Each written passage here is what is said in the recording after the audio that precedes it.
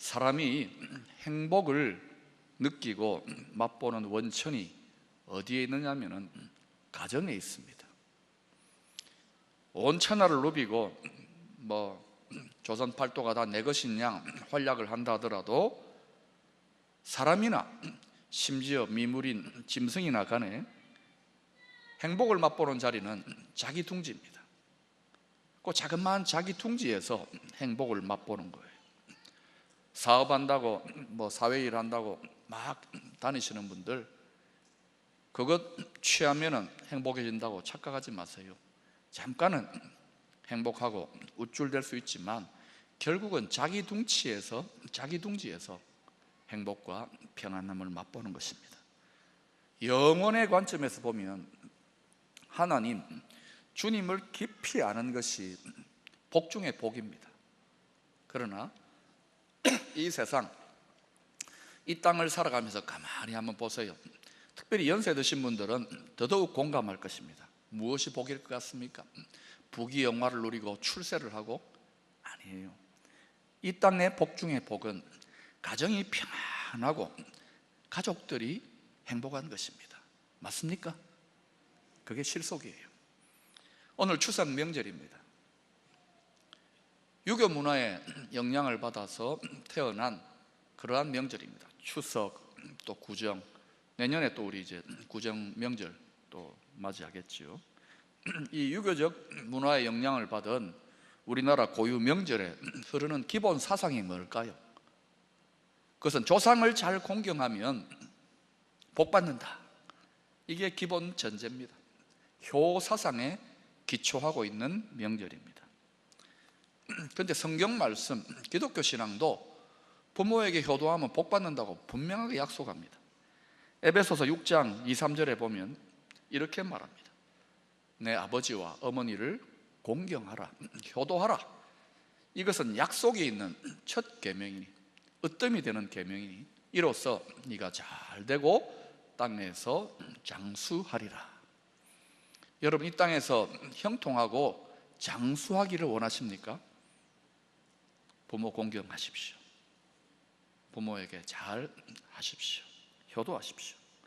그런데 이 유교적 신념, 효를 강조하는 유교적 신념 하에서 살아계신 부모님께 공경과 효를 다하는 것을 넘어서서 죽은 조상님들에게 공경을 잘 표현해야 복을 받는다는 것이 점점 더 커져갑니다.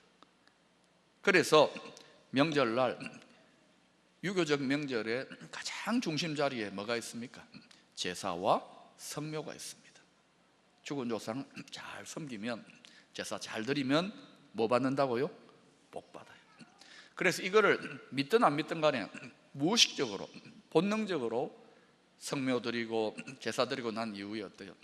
조상님들에게 어떤 초월적인 존재가 되어서 우리의 삶에 간섭하신다고 생각하는 조상님들에게 앞으로도 남은 한 해도 복 주시고 우리 많이 도와주세요. 그러고는 잔에 술도 이렇게 따라드리고 무덤가에 술도 뿌려드리고 그런단 말입니다. 소박한 민간 신앙이지만 이게 굉장히 뿌리 깊은 생각들이에요. 한번 깊이 한번 생각해 보세요.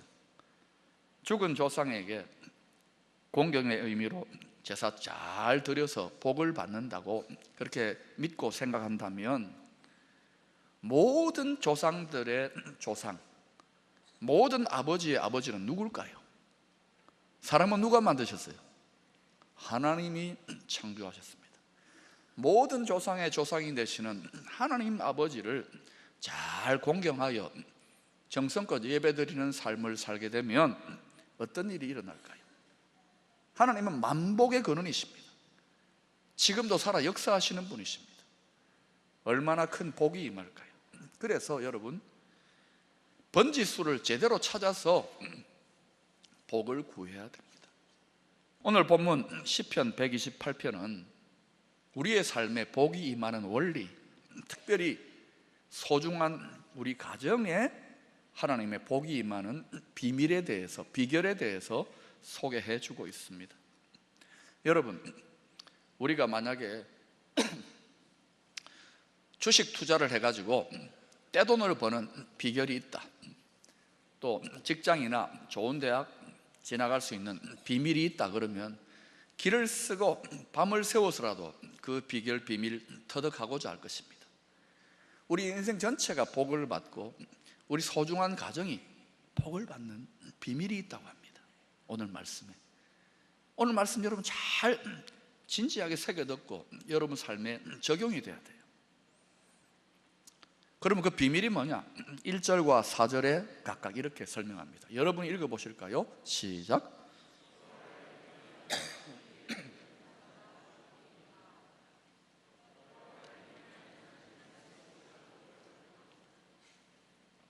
이 두 구절에서 공통적으로 언급하는 복의 비밀이 무엇입니까? 여호와를 경외하는 것, 하나님을 경외하는 삶을 사는 사람에게 그 가정에 하나님이 복 주신다. 저는 이 말씀이 우리를 위하여 독생자를 아낌없이 끝까지 사랑함으로 내어주신 하나님 아버지의 약속의 말씀, 신실하신 하나님 아버지의 약속, 저는 진지하게 믿습니다. 이 말씀에 제 인생과 가정을 겁니다. 그렇다면 우리가 먼저 오늘 본문을 통해서 잘 알아야 될 것, 바르게 깨달아야 될 게 뭐냐면 하나님을 경외한다는 것이 뭐냐? 이걸 알아야 되는 거예요. 물론 신학적 논문이나 몇 권의 책으로 이것을 이야기할 수 있습니다만, 오늘 단순하게 이야기합니다만 피부에 딱 와 닿아야 됩니다. 경외라는 히브리어 원어는 예레라고 하는데요, 그것은 크고 높으신 위대하신 존재에 대한 존경심, 두려운 마음을 가지고 대하는 태도, 그것을 말합니다. 존경심과 두려움을 포함하는 거예요. 우리가 하나님을 믿는다, 교회 다닌다, I am a Christian이다, 찬양하고 하나님 사랑한다고 느낌으로 고백한다고 하더라도 우리의 일거수일투족과 우리 곁에서 우리의 삶을 감찰하시는 하나님에 대한 거룩한 두려움이 없다면 우리는 쉽게 유혹에 넘어갑니다. 그리고 하나님을 믿고 하나님의 말씀으로 성경을 믿으면서도 이 말씀대로 진지하게 순종하지 못합니다. 좀 힘든 거 있으면 그냥 넘어갑니다. 봐주세요 하고. 존경심과 함께 하시는 하나님에 대한 두려움이 없을 때 일어나는 현상입니다. 여러분 어떻습니까? 하나님을 믿는다고, 예수님을 믿는다고 지금 예배드리러 오셨습니다. 참된 경외함이 없기 때문에 성도들의 삶과 가정에 하나님이 약속하신 수많은 복들이 나와는 무관하고 물거품이 되어버린 거예요. 말씀 따로 내 삶 따로. 그리고 때로는 끊임없는 그 가정에, 그 인생에 고통과 시련이 소위 믿는다고 하는 성도의 삶과 가정에 끊임없이 반복되는 거예요. 그러면서 그 문제를 해결해 달라고, 내 삶을 축복해 달라고 아우성을 치고 울부짖지만 오늘 말씀 속에서 축복의 비밀이 뭐냐? 하나님을 경외하고 있는가? 정말 하나님을 존경하고 두려워함으로 순종의 삶을 실제로 살고 있는가? 이것을 두렵고 떨림으로 점검해 보아야 되는 것입니다. 하나님을 존경하고 두려워하는 성도는 순종하게 되어 있습니다. 그리고 순종의 열매로 말미암은 하나님의 축복과 승리를 누리게 되어 있습니다. 특별히 오늘 말씀은 하나님을 경외하는 자의 가정에 다음과 같은 세 가지의 복이 임한다고 합니다. 근데 이 복에만 관심 갖지 말고 먼저 이 복이 임하는 비밀, 열쇠인 경외함을 분명하게 여러분 마음속에 새기고 오늘 이 말씀으로 나아가기를 바라요. 첫 번째는 하나님을 경외하는 집안의 가장에게 일한 대로 수고한 대로 얻게 하시는 일터의 형통의 복을 주시겠다는 것입니다. 오늘 본문 2절 여러분이 한번 읽어보실까요? 시작.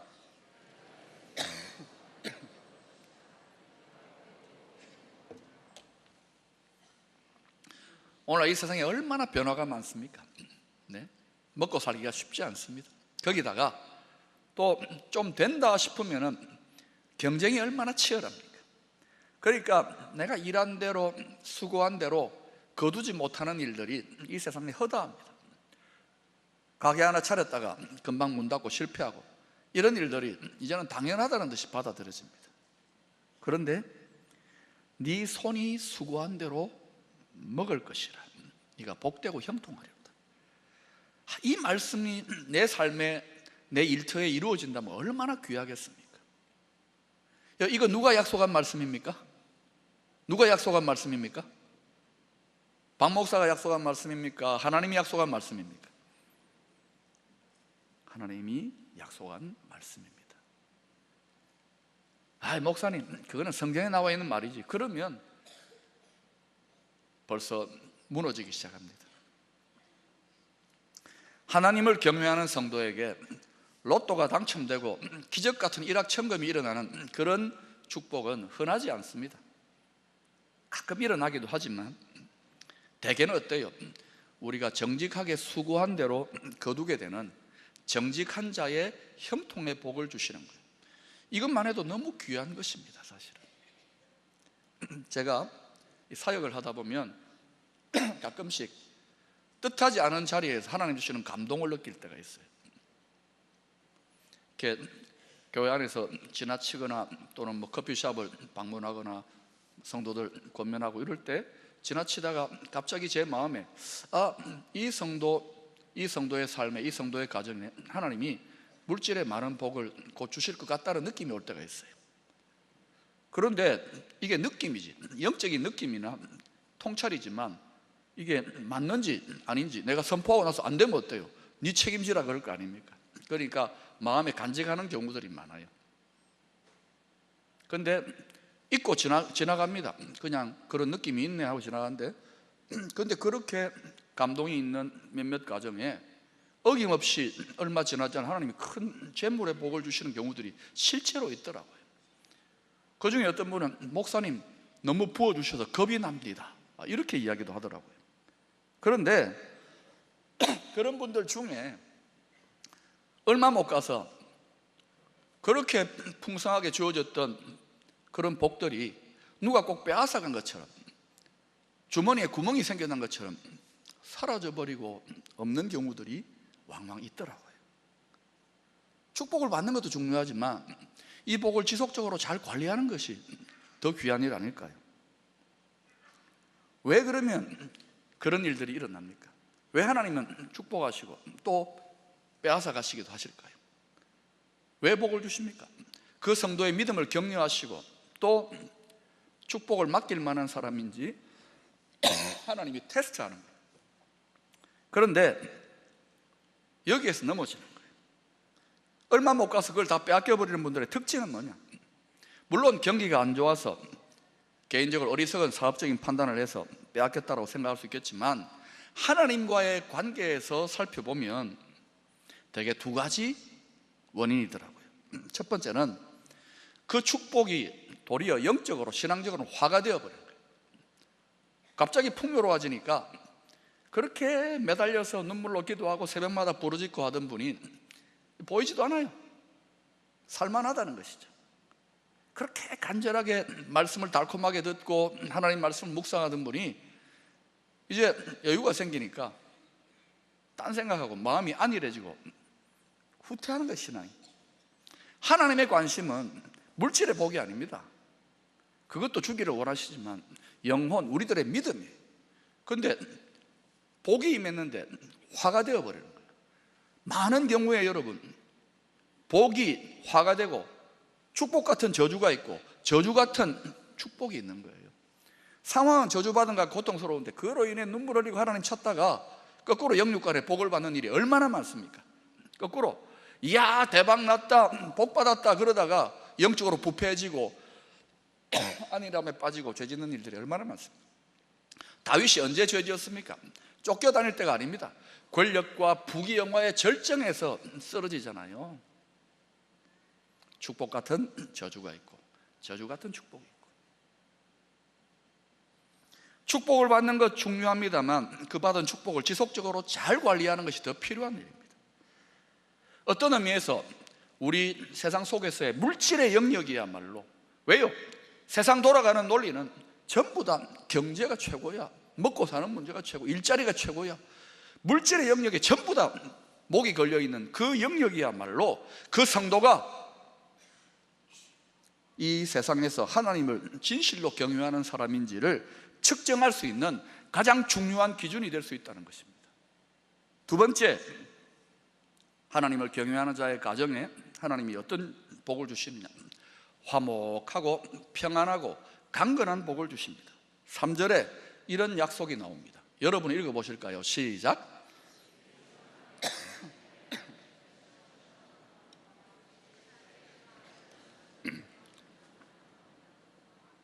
예, 내 집 안방에 있는 내 아내는 결실한 포도나무 같으며, 남편들이요 대체로 어때요? 아내들이 꽉 알이 차가지고 빵빵한 것처럼, 여성들이 나이가 들면 이렇게 살이 좀 찌는 것이 보기가 좋아요. 결실한 포도나무 같으며 건강하고 열매를 맺는 아내. 그 다음에 내 식탁에 둘러앉은 자식들은 어린 감람나무, 감람나무로 막 자라나요. 올리브나무를 말합니다. 열매를 맺어요. 무성하게 자라나고 가능성이 있는 자녀들. 한번 여러분 이거를 영상의 이미지로 한번 생각해 보세요. 화목한 식탁에 음식을 가득히 차려놓고 아이들하고 아내와 남편이 식사하면서 즐겁게 수다 떨면서 행복한 그 장면을 사진을 한번 딱 찍어 보세요. 이 세상에서 가장 행복하고 아름다운 일상의 축복의 현장이 바로 그 모습 아닐까요? 돈 많다고 가정이 행복한가요? 돈 중요합니다. 그러나 지나치게 많고 너무 많이 집착하게 되면 돈 때문에 얼마나 많은 가정들이 비극이 일어납니까? 먼저 물려줘야 될 것, 먼저 가르쳐야 될 것이 신앙 인격이고 화목해 할 수 있는 능력이고 서로 사랑할 수 있는 가족 관계인 거예요. 이거 다 뺏기고 천하를 다 얻는다 하더라도 그게 무슨 행복이 있습니까? 재벌 회장들 온 천하를 가지고 있는데도 자식들 싸우는 모습 보면서 그 부모된 심정이 피눈물이 나지 않겠습니까? 내 인생 실패했다고 하지 않겠습니까? 겉으로는 떵떵거리며 다니고 모든 사람들이 부러워할지 몰라도, 사랑하는 여러분, 하나님이 여러분에게 물질의 복도 주시고 자녀들 형통의 복도 주시고 높은 지위의 복도 주시지만 가장 중요한 이 기본, 이것을 놓치면 안 되는 거예요. 이것을 지키기 위해서 여러분 가족관계에 마음에 드는, 내가 정말 내 아내와 내 남편과 내 자녀들이 100% 만족하고 마음에 든다고 생각하면서 살아가고 있는, 손 들어봐요. 손 들까 봐 빨리 마무리해야 되겠어요. 없잖아요. 마음에 안 드는 구석이 한두 가지가 아닐 겁니다. 왜? 다 죄인인데, 다 연약한데. 그러나 가족은 그렇더라도 내 가족이라고 생각하고 사랑하고 끌어안고 살아야 됩니다. 하나님을 경외하는 자의 가정에는 이와 같은 화목과 건강함과 화평의 복이 있는 거예요. 복 중에 복입니다. 시시한 복이라고 생각하지 마세요. 세 번째, 하나님을 경외하는 자에게는 일평생 그리고 그 후손의 후손에까지 계속해서 축복이 이어진다고 합니다. 야, 이거 놀라운 일 아닙니까? 오늘 본문 5, 6절에 이 축복에 대해서 이렇게 약속합니다. 시온에서 내게 복을 주시고 예루살렘의 번영을 보며 자식의 자식을 볼 것이라고 했습니다. 시온에서 복을 주시고 복이 부어지시는 곳이 시온입니다. 시온은 그 예루살렘 성에, 그 예루살렘에 있는 예루살렘 산성을 말하는데, 시온 산성, 그 시온은 하나님의 임재가 있는, 하나님이 거하시는 특별한 장소를 말합니다. 오늘날 하나님의 임재가 가장 많이 나타나는 자리가 어디입니까? 뭐 가정일 수도 있고 뭐 학교일 수도 있지만 군대일 수도 있지만 바로 교회입니다. 예배를 드리고 하나님께 기도하는, 만민이 기도하는 집인 교회가 오늘날의 시온입니다.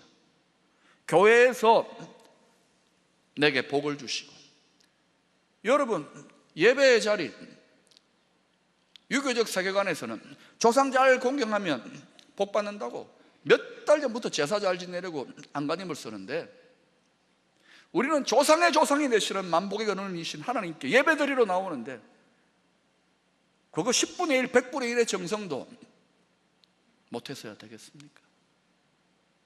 우리는 예배예요. 일평생 자녀손들이 함께 교회를 섬기며 같은 신앙 안에 하나님을 경외하고 예배드리는 거, 이거 얼마나 큰 축복인지 아십니까? 저는 믿지 않는 집안에서 처음 예수 믿고 시작했잖아요. 그러니까 지금도 온 가족들이 참으로 하나님 경외하는 가정들하고, 물론 조금씩 복음화가 됩니다만 너무 더딘 거예요. 눈물을 흘려요. 그리고 정말 몇 대째 믿음의 경건한 가정, 축복의 유업이 잘 흘러가는 가정을 보면 참 부럽습니다. 아마 홀로 집안에서 외로이 예수 믿는 분들, 이런 명절 때 같으면 더 고독감과 외로움을 느낄 거예요. 그런데 이미 이러한 신앙 유산의 축복의 유업을 누리고 있는 자녀들, 여러분들이 이것이 얼마나 소중한 것인지, 이것이 얼마나 잘 지켜야 될 일인지를 모르는 거예요.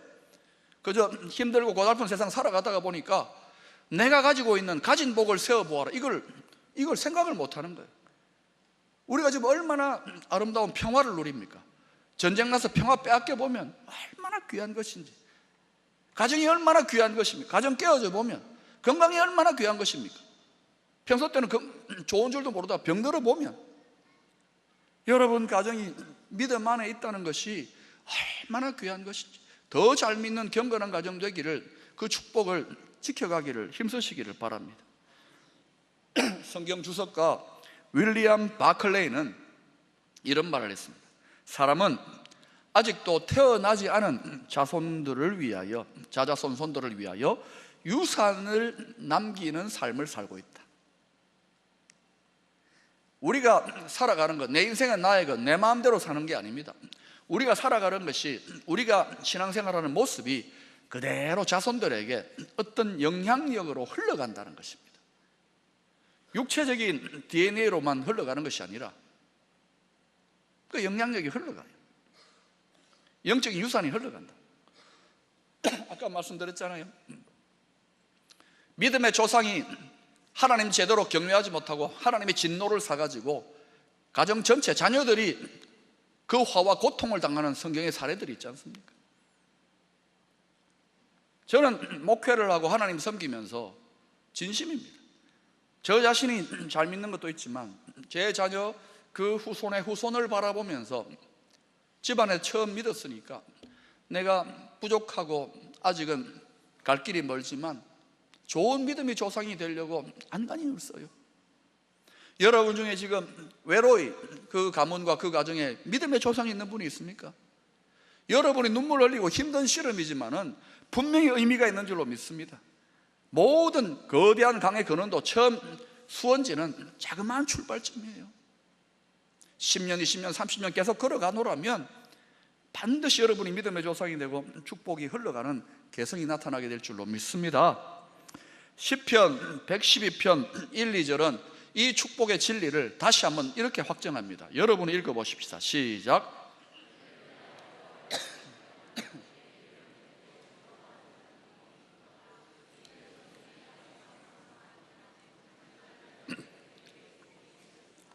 하나님을 경외하며 하나님의 말씀을 즐거워하는 자, 그 가정의 후손이 강성해지고 복이 있을 것이라고 합니다.